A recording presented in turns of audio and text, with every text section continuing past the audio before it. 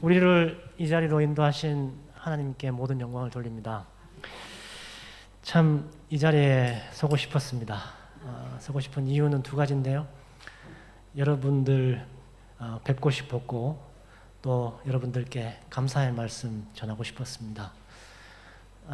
선교 사역을 하다 보면 참 한치 앞을 알 수 없는 참 어둡고 힘든 경우가 많이 있습니다.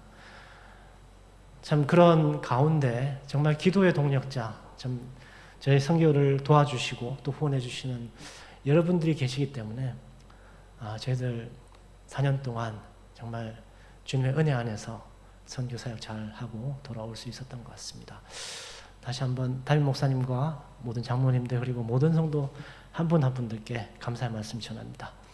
이 시간 잠깐 저희 사역을 잠깐 나누고요. 그 다음에 주님의 말씀, 하나님께서 저희들에게 사역 중에 하셨던 말씀들 나누고자 합니다. 잠깐 PPT를 올려주시면 감사하겠습니다. 네, 다음 장 넘겨주시면요. 예, 처음부터 영어를 제가 써서 죄송한데요. Keep calm and carry on이라는 말인데 이걸 직역하면 잠자코 하던 일 계속해, 경거망동하지 말고 부화뇌동하지 말고 어떤 상황에 휩쓸리지 말고 하던 일을 계속해 나가, 이런 의미입니다. 2차 세계대전 때 영국의 수상이었던 처칠 수상이 전쟁의 아픔과 어려움 속에 있었던 자신의 백성들을 위해서, 나라 국민들을 위해서 했던 말이었습니다. 정말 전쟁과 같이 어렵고 힘든 상황에서도 그 환경에 주눅들지 말고 휩쓸리지 말고 여러분들이 하시던 일들, 여러분들이 필요한 일들, 해야 할 일들 꾸준히 계속 해 나가십시오라는 의미에서 처칠 수상이 국민들에게 했던 말이었다고 합니다. 이 말은 제가 보기에 지금 영국 문화와 영국 사람들의 국민성을 가장 잘 대변해 주는 말이 아닌가 생각합니다. 영국 사람들은요, 인내력이 정말 강합니다. 우리나라 사람들은 굉장히 성격이 급하잖아요. 영국 사람들은 기차나 버스가 아무리 늦게 와도 그들은 불평 한마디 하지 않고요. 늦게 와서 이제 차가 도착하면 묵묵히, 아무 말 없이 묵묵히 차를 타고 가는 사람들이 영국 사람들입니다. 얘들은 어떤 어려운 환경이라도 자신이 해왔던 것들을 묵묵히 해나간다면, 그리고 자신이 올바르다고 확신한 것을 끝까지 해나간다면 모든 일들은 제자리를 잡아나갈 것이다 라는 믿음이 있는 것 같습니다. 참 좋아 보이죠? 근데 여러분, 이런 이 사람들의 태도 속에는 한 가지 특정한 그들이 가지고 있는 확신과 믿음이 있습니다. 그것은 뭐냐면 인간의 능력에 대한 믿음입니다. 구체적으로 말하면 인간의 이성에 대한 강력한 믿음입니다. 아무리 힘든 상황에도 이들은 자신이 해왔던 일들을 꾸준히 해나갈 수 있다는 인간의 의지, 능력들을 믿고요. 아무리 혼란스러운 상황이라도 이들은 인간의 이성이 무엇이 올바르고 무엇이 바른지를 찾아줄 것이라는 믿음이 있습니다. 이런 그들의 생각과 삶의 방식은 어느 정도 성공적이었습니다. 지금 유럽과 영국은 세상의 어느 지역보다 도덕적으로도 뛰어나고 환경적으로도 잘 사는 그런 지역이 되었죠. 인간의 인권과 물질적인 환경이 아주 좋은 그런 사회가 되었습니다. 그런데 바로 이런 모습이 바로 유럽의 세속화된 사회의 모습이라는 것입니다. 세속화된 사회는 하나님부터 떠나서 부패하고 타락한 사회가 아닙니다. 인간이 만들 수 있는 고도의 윤리의식과 삶의 질을 성취한 세상, 그곳에서 오직 하나님에 대한 신앙만을 빼버린 사회, 그런 사회의 모습이 바로 지금 현재 유럽이 처한 세속화된 사회의 모습이라는 겁니다.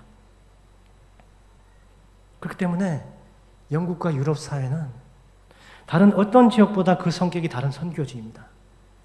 다른 어떤 곳보다 복음에 대해서 내성이 강한 지역이 바로 영국과 유럽 지역이라고 할 수 있습니다. 제가 제 사역을 나누기 전에 잠깐 영국의 선교가 어떠한지 나누고 싶었습니다. 예, 다음 장 넘겨주시고요. 예, 두 번째로 영국의 문화를 얘기하자면 프라이버시가 강한 문화입니다. 우리도 프라이버시가 있지만 유럽인들은 이 프라이버시에 대한 생각들이 많이 다른 것 같아요. 범위도 훨씬 넓고 그리고 그걸 가치에 대한 프라이버시에 대한 가치가 훨씬 더 중요합니다. 마치 신성불가침의 영역이라고 할까요? 어떤 사람도 자신의 프라이버시를 침해할 수가 없습니다. 침해하면 굉장히 화를 내고 분노합니다. 이런 프라이버시 문화 때문에 복음을 권하고 복음을 도전하는 그런 전도 사역이나 선교 사역이 굉장히 힘이 듭니다. 전도를 할 때 한국처럼 이렇게 예수님을 믿으십시오. 여러분 삶의 가장 중요한 분은 예수님이십니다. 이렇게 도전할 수가 없습니다. 도전하게 되면 그 사람들은 내 프라이버시가 침해받았다고 느끼는 경우가 많습니다. 그래서 전도를 하는 방식도 굉장히 젠틀합니다. 영국 사람들이 젠틀하다고 얘기하는데 젠틀하게 사람들을 초청해서 음식을 대접하고 또 복음에 대해서 그냥 설명만 합니다. 멋지게 설명 쫙 해주고 질문이 있으면 질문에 대해서 답변을 해줄 뿐 예수님을 믿어라, 복음을 믿어야 된다라는 얘기는 하지 않습니다. 이런 모습들이 저희들이 선교하는데 굉장히 힘이 든 그런 상황이라고 할 수 있습니다. 다음 장 넘겨주시면 저희 사역을 간단하게 제가 4년 전에 영국 런던으로 사역을 나갔습니다. 초기 사역 작년 6월 달까지 3년 동안 저희는 정착 훈련들을 했었습니다. 언어를 훈련하고 또 영국 문화에 적응하는 훈련을 했고요. 그리고 영국 교회는 어떻게 사역하고 있는지, 영국의 목회자님들은 어떻게 성도들을 돌보고 또 지역사회에 어떤 관계를 맺으며 어떻게 전도하고 있는지 배우는 시간들을 가졌습니다. 다음 장 넘겨주시면요. 네, 처음에 저희들이 영국에 도착해서 잉글리시 라브리라는 곳인데 저기 기독교 공동체입니다. 저기서 이제 함께 밥을 먹고 함께 공동생활하는 곳인데요. 저희들이 3개월 동안 저기 있으면서 영국 문화도 배우고 영국 언어와 또 영국 사람들의 태도 그리고 기독교에 대한 종교에 대한 여러 가지 이야기도 나누고 또 귀한 시간들을 가졌습니다. 다음요. 그 이후에 저희들은 런던 쪽으로 이사를 와서 이제 사역을 준비하는 가운데 있었는데 그 가운데 저희들이 체싱턴 이반젤리컬 처치라는 곳에 이제 다니게 되었습니다. 이 교회는 굉장히 큰 교회고 복음주의적인 교회, 굉장히 모델이 될 만한 교회였습니다. 이 교회를 저희들이 선교사로 간 이유는 이 교회를 돕기 위해서 간 것이 아니라 배우기 위해서 갔습니다. 교회 문화와 또 영국의 문화 그리고 또 사역들을 어떻게 하는지 배우기 위해서. 그래서 그렇게 배우는 중에 저희들이 할 수 있는 조그만 사역들을 해 나갔습니다. 저기 오른쪽에 보시면 저기 사람들이 모여 있는데 영국 사람들이 굉장히 좋아하는 퀴즈 나이트라는 그런 이벤트입니다. 저녁에 여러 자기들이 친한 사람들끼리 모여서 팀을 만들어서 저렇게 여러 팀이 함께 참여해서 그 퀴즈 경기를 벌이는 것입니다. 굉장히 간단하고 우리가 보기에는 저게 그렇게 재밌을까 하는데 영국 사람들은 열광을 합니다. 되게 좋아하고요. 밤마다 모여서 이렇게 퀴즈 이벤트를 하는 걸 좋아하는데 그 교회에서 이제 저런 이벤트를 마련하고 지역민들을 초청해서 이벤트를 제공하고 끝나고 난 다음에 저희들이 복음을 전하는 그런 사역들을 합니다. 그때 제가 잠깐 참여해서 도와주는 역할을 했고요. 그리고 왼쪽에 위에 부분에서는 저게 이제 바이블 스터디, 믿지 않는 사람들에게 복음을 전하는 성경 공부, 전도 성경 공부 시간입니다. 저때 잠깐 제가 제 간증을 나누는 시간도 가졌었고요. 그 밑에 사진은 저분들이 바로 이제 저 교회의 사역자들입니다. 사역자 모임에 교회에서 배려해 주셔서 제가 한국에서 온 선교사니까 배려해 주셔서 사역자 모임에 참석할 수 있게 되었습니다. 매주마다 참석했고 한 1년 정도 참여하면서 영국 목회자들은 어떤 고민을 하고 있고 또 어떤 사역을 하고 있는지 배우는 귀한 시간들을 가졌습니다. 예, 다음 장 넘겨주시면요. 예, 그 이후에 작년 9월부터 저희들이 본격적으로 사역을 시작하게 됩니다. 셰퍼즈 부시라는 런던의 서쪽 지역에 런던이긴 한데 런던 중심부에서 서쪽에 위치한 곳입니다. 굉장히 그 다민족들이 살고 있는 무슬림도 살고 동유럽에서 온 사람들도 있고 아프리칸도 있고 아시안도 있고 그리고 원래 살고 있던 영국 본토인들도 있고 그 다민족 지역인데 그곳에서 저희들 지금 사역하고 있습니다. 다음 장 넘겨주시면요. 예, 다음 장. 네, 다음 장. 예, 제가 사역하고 있는 교회는 뉴시티 처치입니다. 예, 다음 장. 예, 이 교회는 그 인터내셔널 프레스테리안 처치라는 교단에 소속되어 있는 교회고요. 2013년도에 설립됐고 지금 멤버는 한 40명 정도 되는 아주 작은 개척 교회입니다. 네, 다음 장. 지금 이 교회는 지금 시니어 패스터 담임 목사님이 아직 안 계시고 지금 여러 그 협력 목사님들과 함께 협력 사역을 하고 있습니다. 그래서 팀 사역으로 미국에서 오신 선교사님들과 함께 저희들은 팀 목회를 하고 있습니다. 다음 장 넘겨주시면요. 저는 거기서 전도 담당 사역자로 사역하고 있습니다. 그래서 다음 장 넘겨주시면 전도 부분에 총괄을 하고 있고요. 전도 팀을 이끌고 있고 오픈처치라고 일주일에 한 번씩 저희들이 교회를 오픈합니다. 오픈해서 지역 사람들을 초청해서 다과와 또 커피를 나누면서 복음을 전하는 시간을 갖습니다. 그때 많은 사람들이 와서 이제 자신의 어려운 부분들을 나누고 또 저희들의 복음을 전하는 그런 시간들을 갖고요. 북테이블 사역은 저희들이 거리로 나가서 테이블을 설치해 놓고 기독교 문서 사역을 합니다. 우리 자료들과 책들을 이제 걸어가는 사람들에게 나눠주는 사역을 합니다. 저희들이 직접 가서 나눠주면서 예수님 믿으라고 이렇게 할 수 없다고 했죠. 저희들은 수동적으로 그냥 이걸 나눠주다가 이게 뭔지 궁금한 사람들이 이제 다가오잖아요. 그럴 때 저희들이 이제 예수 그리스도의 복음에 대해서 설명하고 얘기를 나눌 수 있습니다. 예, 그런 사역들 하고 있고요. 홈리스 노숙자 사역도 하고 있습니다. 그 지역이 노숙자도 많고 힘든 이제 어려운 사람들도 많이 있거든요. 그래서 일주일에 한 번씩 저희들 노숙자를 섬기는 사역도 하고 있습니다. 그리고 그 교회에서 목회 사역도 말씀으로 설교와 성경 공부 인도하는 사역들 제가 하고 있습니다. 그리고 1년에 한 번씩 그 미국에 있는 우리가 자매결합 맺은 교회와 이제 청년들이 와서 함께 지역 어린이들 초청해서 어린이 사역도 하고 있습니다. 네, 다음 장 넘겨주십시오. 네, 북테이블 사역을 하고 있는 모습입니다. 그 왼쪽에 있는 그 사람이 무슬림인데요.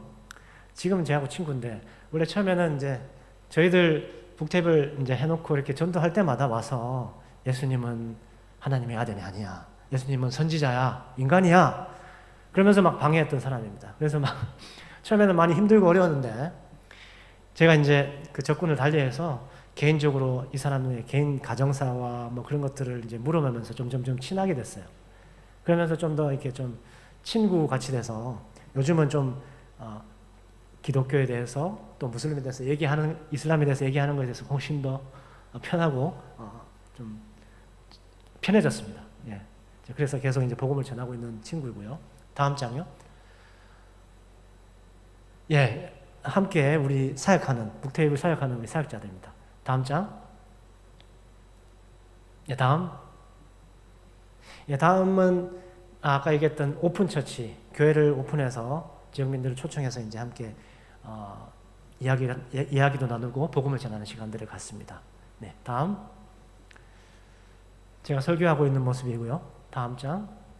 예, 이 사역이 몇 달 전에 있었던 이제 키즈 사역입니다. 어린이 초청해서 이제 뭐 재밌는 뭐 크래프트, 아트, 그러니까 미술 작품도 만들고 또 게임도 하고 또 항상 마지막 시간에는 이제 성경을 읽어주고 또 예수 그리스도의 복음에 대해서 이야기하는 시간을 갖습니다. 특히 마지막 날에는 그 아이들 부모님들도 초청해서 복음을 전하고 그런 사역들을 했습니다.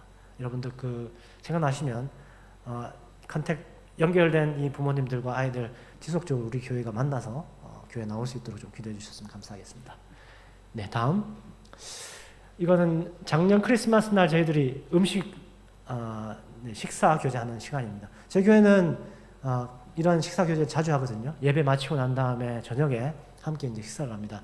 저희 교인들 중에는 홈리스도 있고 가정이 어려운 사람도 많이 있습니다. 그래서 배고픈 사람도 많고 그래서 식사 사역도 이제 같이 하고 있습니다. 네, 이상이죠? 네, 이상 간단하게 제 사역을 소개했고요. 잠깐 기도하겠습니다. 하나님 아버지 감사합니다. 부족한 입술을 세우셔서 또 주님의 말씀을 전하고자 합니다. 하나님, 오늘 길신교회 이 자리에 앉아있는 모든 성도님 한 사람 한 사람 마음 가운데 주님께서 하시고 싶은 말씀을 전하게 하시고 이들의 귀에 들려지게 하셔서 이들의 삶이 주님의 음성을 듣고 변화되는 역사가 일어날 수 있도록 도와주시옵소서. 이 시간 성령께서 함께 하시고 인도하여 주시기를 원합니다. 모든 말씀 예수 그리스도 이름으로 기도했습니다. 너희가 듣기는 들어도 깨닫지 못할 것이요 보기는 보아도 알지 못하리라. 너희가 듣기는 들어도 깨닫지 못할 것이요 보기는 보아도 알지 못하리라. 이것이 바로 이사야가 이스라엘 민족들을 향해 대언해야 했던 하나님의 말씀이었습니다. 당황스럽지 않습니까, 여러분? 이사야는 이 말씀을 받기 직전에 하나님을 만나는 극적인 체험을 합니다. 하나님의 영광을 체험하고 하나님으로부터 정결함을 얻은 이사야는 하나님의 부르심에 응답합니다. 누가 우리를 위하여 갈꼬? 이렇게 말씀하실 때 이사야는 내가 여기 있나이다. 나를 보내셔서 당당하게 이야기합니다. 이사야는 자신이 하나님을 만나 정결하게 되었듯이 이스라엘 민족을 향해서 회개의 메시지와 치유의 메시지를 전파할 것을 기대하면서 당당하게 이 말을 했으리라 추측할 수 있습니다. 그러나 우리의 추측과는 완전히 다른 하나님 말씀이 나오죠. 회개와 치유는커녕 회개할 이유조차 느끼지 못하는 무감각하고 무지한 모습. 그리고 한 발 더 나아가서 10절에 보면 하나님께서는 그런 무지와 무감각한 이스라엘 백성들이 깨닫게 되고 치유를 받는 것을 마치 바라지 않는 것처럼 말씀하고 계십니다. 염려컨대 그들이 눈으로 보고 귀로 듣고 마음으로 깨닫고 다시 돌아와 고침을 받을까 하노라. 그래서 예언자 이사야가 직접 그들의 마음을 둔하게 하고 귀가 막히고 눈을 어둡게 하라라고 명령하고 계십니다. 왜 이런 당황스러운 명령을 하나님께서는 하고 계십니까?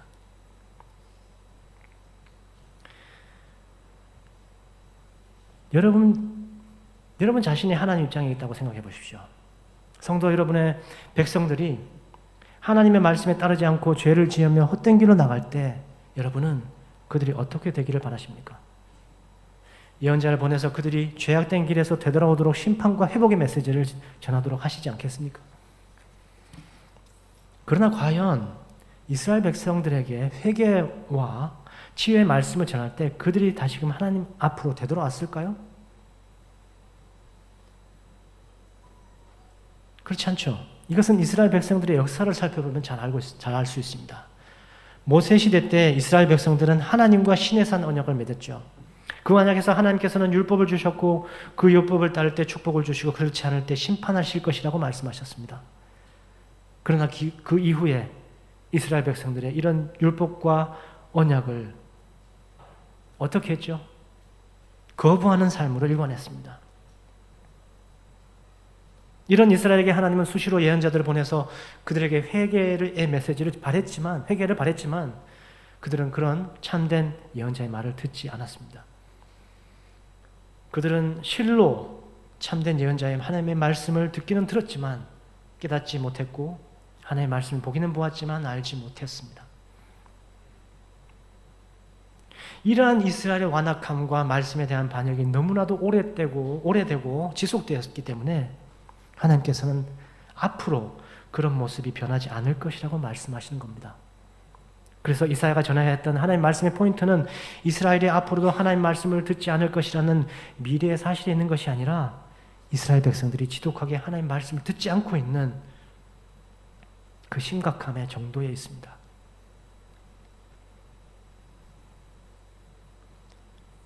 그래서 10절에 나타나는 바와 같이 그 무지와 불순종의 정도와 일관성이 너무나 심각하기에 이런 백성들의 모습이 마치 하나님 자신이 원하셔서 그렇게 하는 것과 같다라고 표현하는 것입니다. 10절의 이 말씀은 이스라엘의 무지와 완악함의 심각성이 얼마나 중한지를 드러내 보여주는 반화적인 표현입니다. 그러면 한 가지 질문이 생깁니다.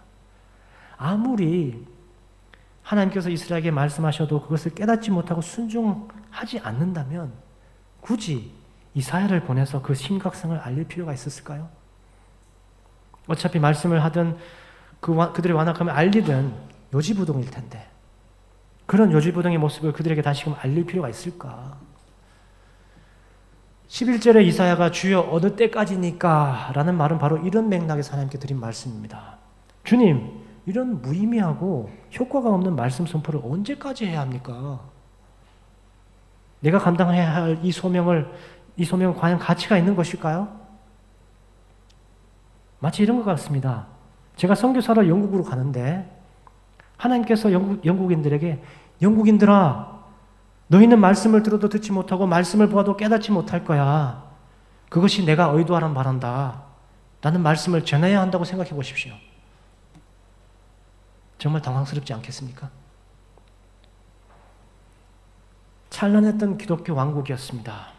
19세기 경건주의 부흥운동의 출발점으로서 그 열정이 불춘되어서 전 세계로 선교사들을 파송했던 국가였습니다.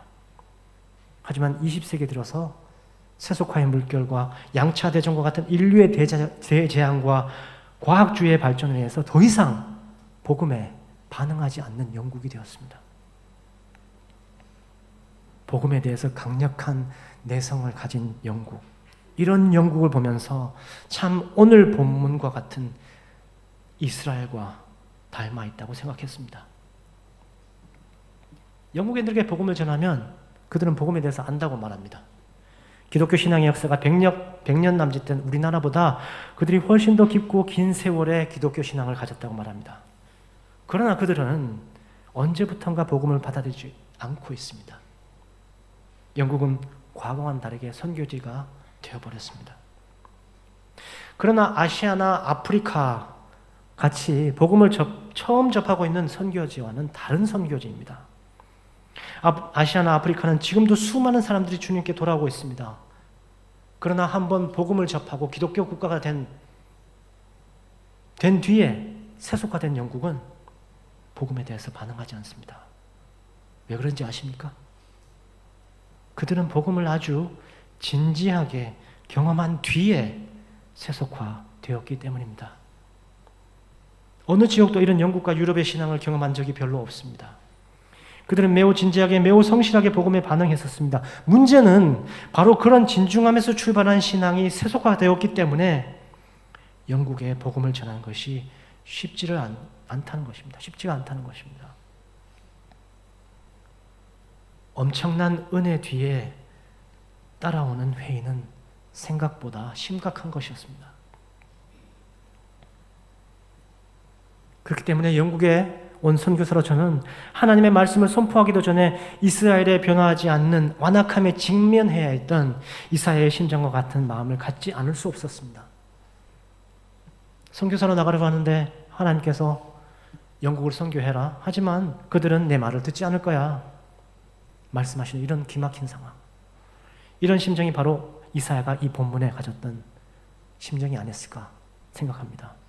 하나님 언제까지입니까? 내가 과연 이런 영국인들을 향해서 선교해야 합니까? 솔직히 이런 질문들이 내 마음속에 가득 찼었습니다. 오늘 본문은 저와 이사야의 이런 심정에 대해서 다음과 같이 말씀하십니다. 성읍들은 황폐하며 주민이 없으며 가옥들에는 사람이 없고 이 토지는 황폐하게 되어 사람들을 멀리 옮기셔서 이 땅 가운데 황폐한 곳이 많을 때까지니라. 더욱 당황스러워집니다. 이사야가 언제까지 이 무의미한 선포 사역을 해야 합니까? 라고 질문을 하자 하나님께서는 바로 이스라엘이 완전히 황폐하게 될 때까지, 즉 완전히 망할 때까지 하라고 말씀하십니다. 말해도 듣지 않는 하나님의 말씀을 그들이 완전히 망하게 될 때까지 전하라니요. 열매도 없는 사역을 완전히 망할 때까지 하라면 과연 누가 그런 사역을 하겠습니까? 여기 계신 분들 중에서 자신이 사역자라면 과연 그런 사역을 하시겠습니까? 여기 계신 부모님들, 과연 그런 자녀 양육에 소망이 있습니까?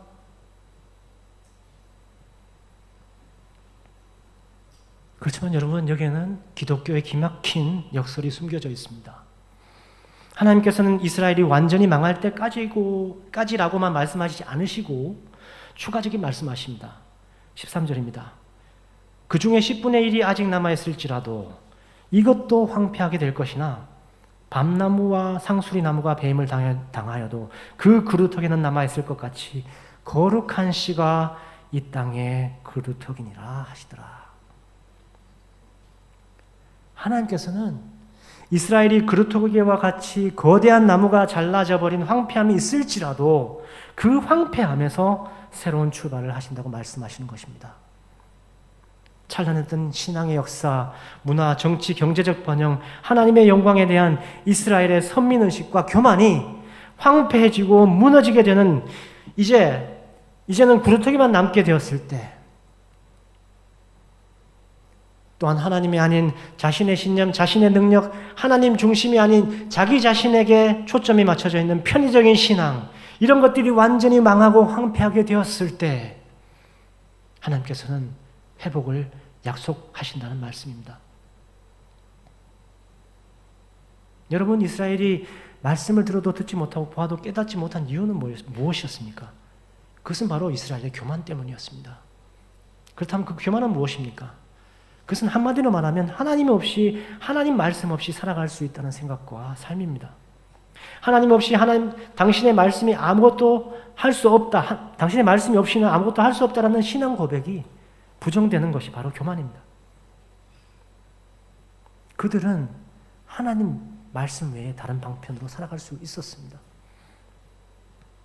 오늘 본문은 바로 이런 하나님 없이 살아갈 수 있다는 이스라엘의 교만의 결과가 어떤 것인지 여지없이 보여줍니다. 하나님의 말씀을 들어도 듣지 못하고 보아도 깨닫지 못하는 삶을 살아오면서 이룩했던 그들의 가치와 삶과 생존이 이렇듯 무기력하고 황폐하게 결말을 맺을 것이라는 사실을 보여줍니다. 그리고 그 이스라엘의 바로 그런 삶이 얼마나 허무하고 황폐한 것인지 깨닫게 되었을 때 새로운 회복이 출발될 것이며 이스라엘이 바로 이런 것을 깨달을 때까지 이사야는 하나님의 말씀을 선포하라는 메시지를 전하고 있는 것입니다. 여기서 우리는 두 가지 살펴볼 것이 있습니다. 첫째, 이스라엘은 나라가 멸망하고 그들의 땅이 황폐해지기 전에 이미 그들의 삶은 황폐해져 있었다는 사실입니다. 이사야 시대에 그들은 이미 하나님과의 관계에 있어서 실패하고 있었으며 그렇기 때문에 그들은 이미 황폐해져 있었습니다.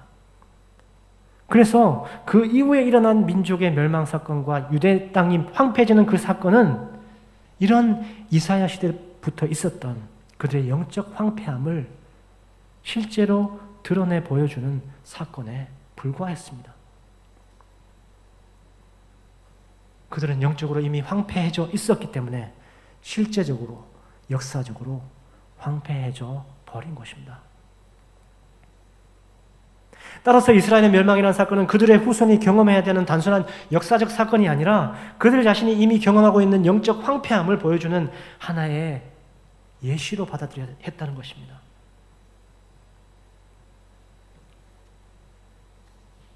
그들의 황폐함은 그들이 그토록 자부했던 자신들의 정체성, 자신들의 나라가 패망할 정도의 황폐함과 같다라는 것입니다. 그들의 영적 무지는 그런 정도의 심각한 황폐함도 깨닫지 못하는 영적 무지라는 사실입니다.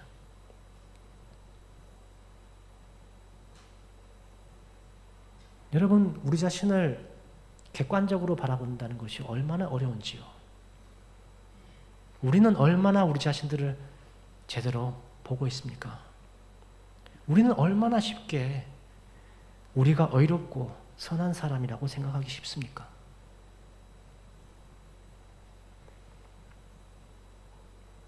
여러분, 하나님께서는 오늘 본문에서 이스라엘의 회복에 대한 단순한 역사적인 도식을 설명하고 있는 것이 아니라는 사실을 여러분 아셔야 합니다. 하나님께서는 냉정한 마음으로 이스라엘 역사가 이렇게 진행될 것이기 때문에 그런 역사 속에서 이사야 너는 그리고 너 이후의 선지자들은 그들의 완악함을 멸망할 때까지 전해야 한다라고 말씀하시는 것이 아닙니다. 여기서 우리가 봐야 하는 것은 이스라엘의 영적 패망과 멸망을 이미 보고 계시며 그런 황폐함 속에 지금 살아가고 있는 이스라엘에 대한 하나님의 마음입니다. 이사야 시대에 이스라엘이 진정으로 봐야 했던 것은 그런 황폐함을 경험하고 있으면서도 그것을 느끼지 못하고 살아가고 있는 자신들의 모습이었으며 이를 보시면서 눈에 보이는 이스라엘의 멸망과 패망을 언급해서라도 그들이 깨닫고 돌아오기를 바라시는 하나님의 안타까운 마음입니다. 이스라엘이 깨닫지 못한다는 조롱과 그 끝이 멸망이라고 하는 이 무심한 하나님의 태도 속에는 바로 이런 하나님의 이스라엘에 대한 애끓는 마음이 계시다는 사실을 알아야 한다는 것입니다. 여러분, 선교라는 활동이 왜 일어나게 되는 것입니까? 선교가 일어나게 되는 조건은 무엇인가요? 우리 개신교회 지금 선교 사역 열심히 하고 계시고요. 지금 제가 와서 또 선교에 대해서 나누고 있습니다. 우리는 왜 선교를 하고 있고 선교사들을 파송하고 있고 그들 위해서 기도할까요? 하나님이 하라고 하시니까? 아닙니다. 선교는 바로 하나님의 백성들을 향한 하나님의 무너진 마음 때문에 시작되게 되는 것입니다. 하나님이 시키기 때문에 명령이기 때문에 선교를 우리가 하는 것이 아니라 하나님의 무너진 마음을 우리가 우리 마음속에 품을 수 있게 될 때 선교라는 사건이 일어나게 되는 것입니다. 세상의 관점에서 멀쩡해 보이는 사람들 속에 놓여있는 절망과 황폐함을 바라볼 수 있는 하나님의 눈이 그리고 그 황폐함을 바라보며 안타까워할 수 있는 하나님의 무너진 마음이 있을 때 선교가 시작된다는 것입니다. 이 마음이 없으면 선교는 변질될 수 있습니다. 이 마음이 없으면요, 선교는 냉정한 마음으로 구원의 도식을 전하는 것으로 변질될 수 있습니다. 이 마음이 없으면요, 우리가 전도하려고 하는 사람은 하나님이 없어 혼자 방황하고 있는 황폐한 인간이 아니라 선교를 성취하기 위한 하나의 도구로 전락해버립니다. 이 마음이 없으면 우리의 선교는 믿지 않는 자들을 정죄하는 행위로 전락할 수 있습니다. 하나님의 마음이 없으면요. 하나님께서 저에게 묻습니다. 무시가 너에겐 이 마음이 있니? 너는 나의 이 무너진 마음을 볼 눈이 있니?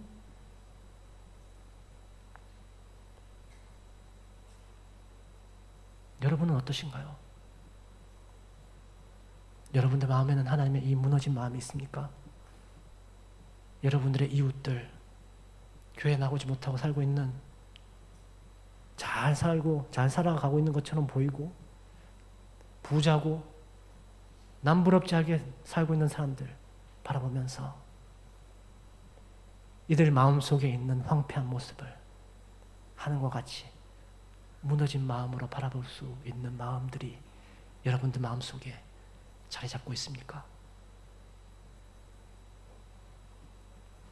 이 마음, 이 죽어가는 자기 백성들을 향한 하나님의 애끓는 마음이 바로 선교의 시작이자 끝입니다.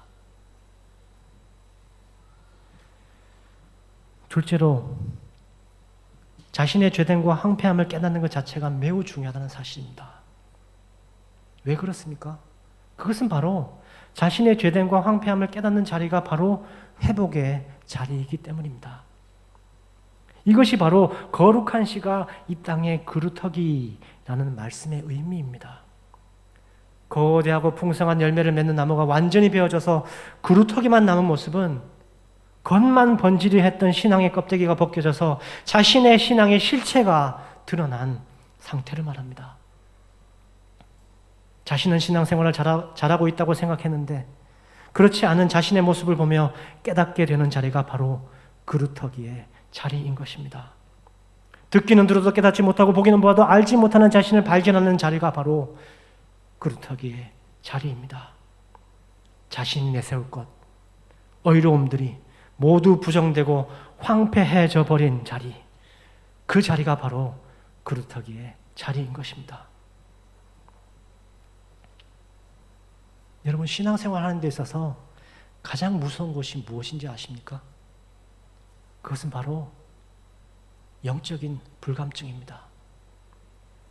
우리가 우리의 영적 상태를 민감하게 파악하고 있다면 내 상태가 아주 심각하든지 그렇지 않든지 간에 회복될 가능성은 있습니다. 그러나 우리의 상태에 대해서 전혀 알아차리지 못하는 불감증 속에 있다면 그런 조금의 가능성도 없게 되는 상태가 되는 것이죠.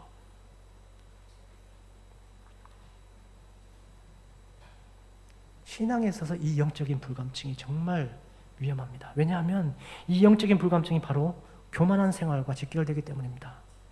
우리가 영적으로 우리의 상태에 대해서 민감하지 않다는 것은 하나님과 우리의 영적인 관계가 멀어져 있다는 것을 의미하고, 그것은 하나님과 관계없는 일들로 우리의 삶이 채워져 있다는 것, 그리고 하나님의 뜻과 생각 없이 우리의 판단과 생각으로 살아가고 있다는 것과 다르지 않습니다.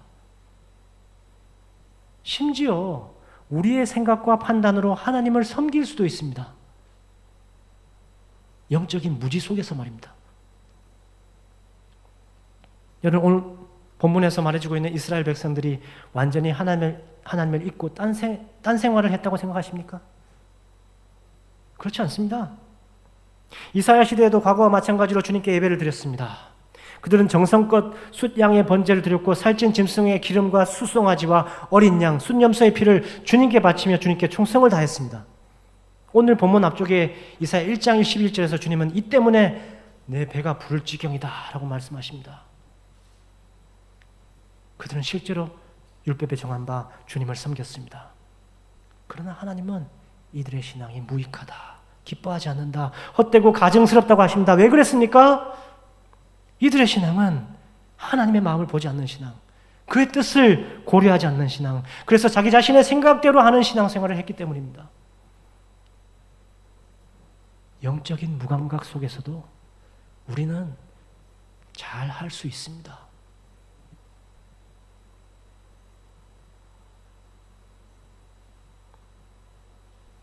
그래서 영적인 무감각이 위험하다는 것입니다. 정말 이런 함정에 빠지기 쉽지 않나요? 그런데 놀랍게도 오늘 본문은 우리의 그러한 실체를 보아야 할 뿐만 아니라 실제로 새롭게 재해석하도록 우리에게 요구하고 있습니다. 우리의 실체인 부끄럽고 황폐한 그루터기가 바로 거룩한 씨라는 것입니다. 아무것도 내세울 것 없는 그 그루터기에서 새로운 싹이 나고 그것이 커져서 새로운 풍성한 나무가 되듯이 그 황폐하고 죄된 우리의 모습을 보고 깨닫게 되는 그 자리에서 하나님께서는 새로운 영적인 회복을 시작하시겠다는 말씀입니다. 우리의 더 이상 내세울 것이 없는 자리, 연약하고 부족한 자리, 신앙에 실패한 그 자리에 서는 것이 하나님 앞에서 두려운 것이 아니라는 사실입니다.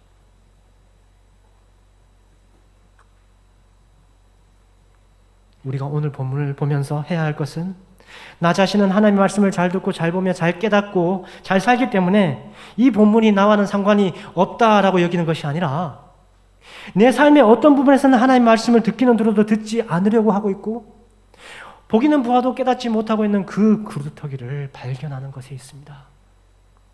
누구에게나 하나님 앞에서 그루터기가 있습니다. 내가 인간이기 때문에 유보하고 있고 도저히 감당할 수 없어서 포기하고 있는 연약한 그 자리를 보며 나 자신이 하나님 앞에 서는 것입니다. 여러분, 여러분의 황폐함을 보는 것이 두려우십니까? 그래서 하나님의 말씀을 듣기는 들어도 여러분을 향하신 하나님의 말씀이 잘 들리지 않습니까? 여러분은 정말 여러분을 향하신 하나님의 말씀을 듣고 계십니까? 내가 아닌 아내와 남편, 자녀들, 직장 동료들, 교회에 껄끄러운 관계에 있는 다른 사람들을 위한 말씀으로는 잘 들리지만 정작 나 자신에게 주시는 하나님의 음성은 무엇인지 분간을 못하고 있지는 않습니까? 하나님께서 관심을 갖고 계신 분들은 바로 여러분 자신과 저 자신입니다.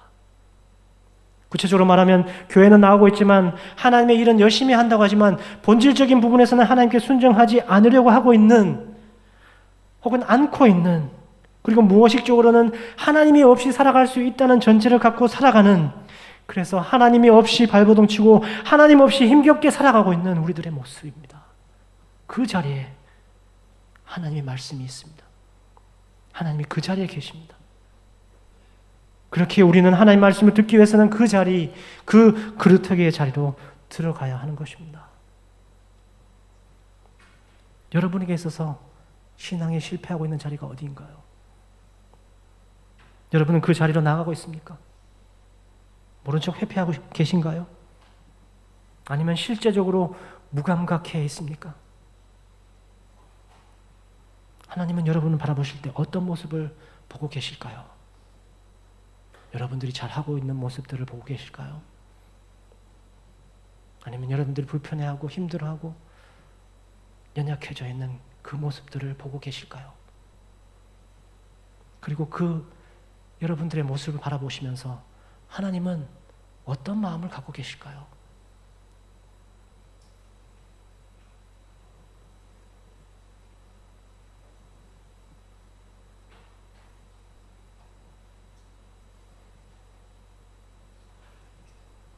하나님이 우리를 보시면서 어떤 심정을 갖고 있는지만 깨닫게 된다면 힘들고 어려운 이 세상 속에서 우리의 회복과 치유는 시작되지 않겠습니까? 그 하나님의 마음을 우리가 제대로만 안다면요.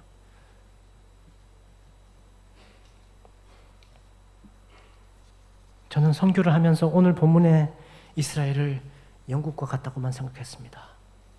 그러나 기도를 하고 묵상하면 할수록 이 이스라엘이 바로 나 자신이라는 사실을 깨닫게 됩니다. 이 이스라엘이 바로 나 자신이라는 사실을 깨닫게 될 때 영국 선교의 실마리가 풀리게 될 것이라는 깨달음을 얻습니다. 마치 이사야가 이스라엘의 깨닫지 못함을 전하기 전에 자신의 깨닫지 못함을 소명을 통해서 발견해야 했던 것처럼 말입니다.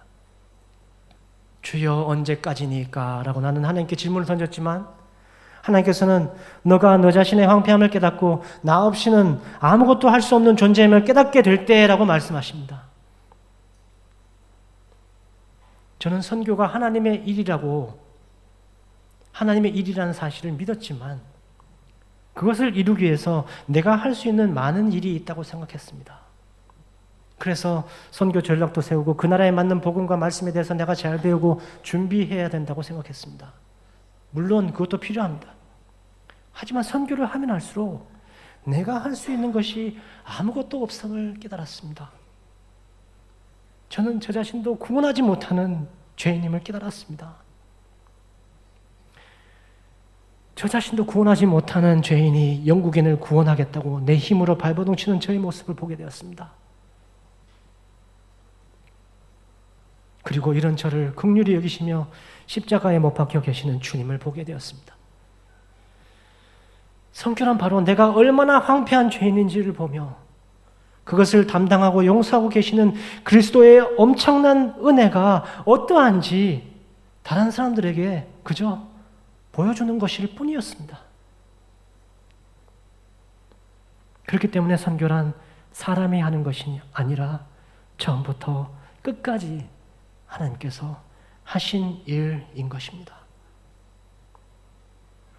여러분의 신앙도 처음부터 끝까지 하나님께서 하신 일입니까? 아니면 여러분들이 발버둥 치며 만들어가는 신앙입니까? 기도하겠습니다.